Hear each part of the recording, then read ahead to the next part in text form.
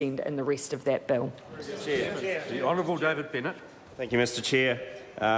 Thank you, members of the House, for their discussion this morning. I just want to clarify a few points that have been discussed by members of this House.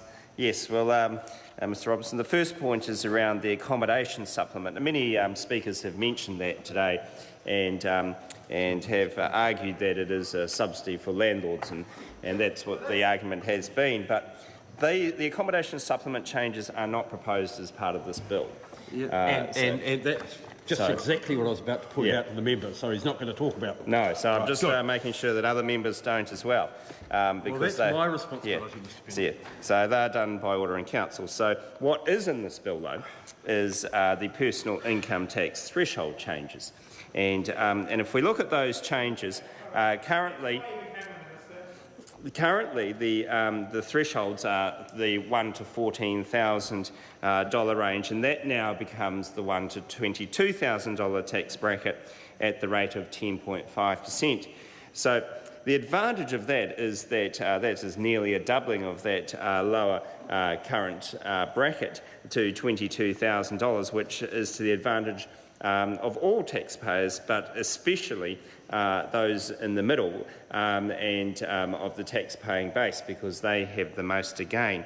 And middle-income earners actually have the biggest gain as a percentage. And if you look at the next stage of the tax bracket, where we're looking at $22,000, previously it was $14,000 to $48,000. Now it is $22,000 to $52,000, and that is at 17.5%. So that's another gain for middle-income taxpayers in New Zealand. And that is the real heart of this budget, is the gain for middle-income taxpayers in New Zealand. Because it's middle and low income, but middle-income taxpayers benefit very much from this budget, and that's something that many New Zealanders have been looking forward to as well. Because Minister will sit down.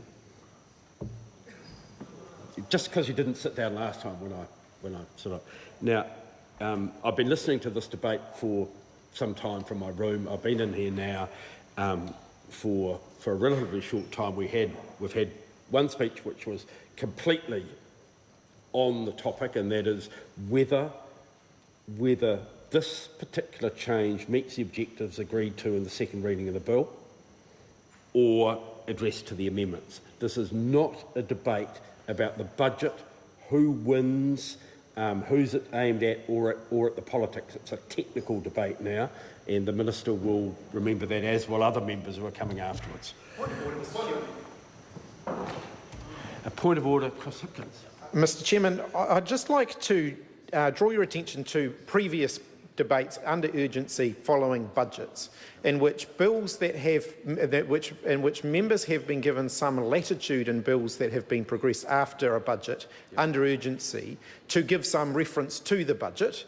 That has always been the practice of the House, certainly in the 9 years this is the 9th budget that I have been here for, and the 9th set of urgency where members have been given latitude to discuss other aspects of the budget. Thank you, Mr Hipkins.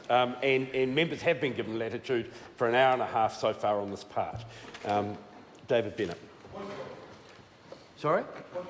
A point of order, Aupito William Seal. So, just listening to your ruling, and in light of that, can I ask you to consider, based on Standing Order 376, that the regulatory impact statement for this bill is not being tabled? And I think under that ruling, that statement should be tabled, given that we're in urgency and given that we don't have the benefit of having this bill being considered by the general public.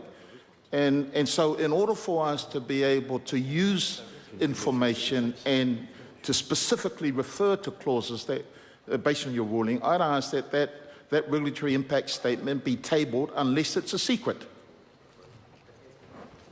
Can I just check the standing order that the member was referring to? I think the member said 376, which was documents quoted by a minister.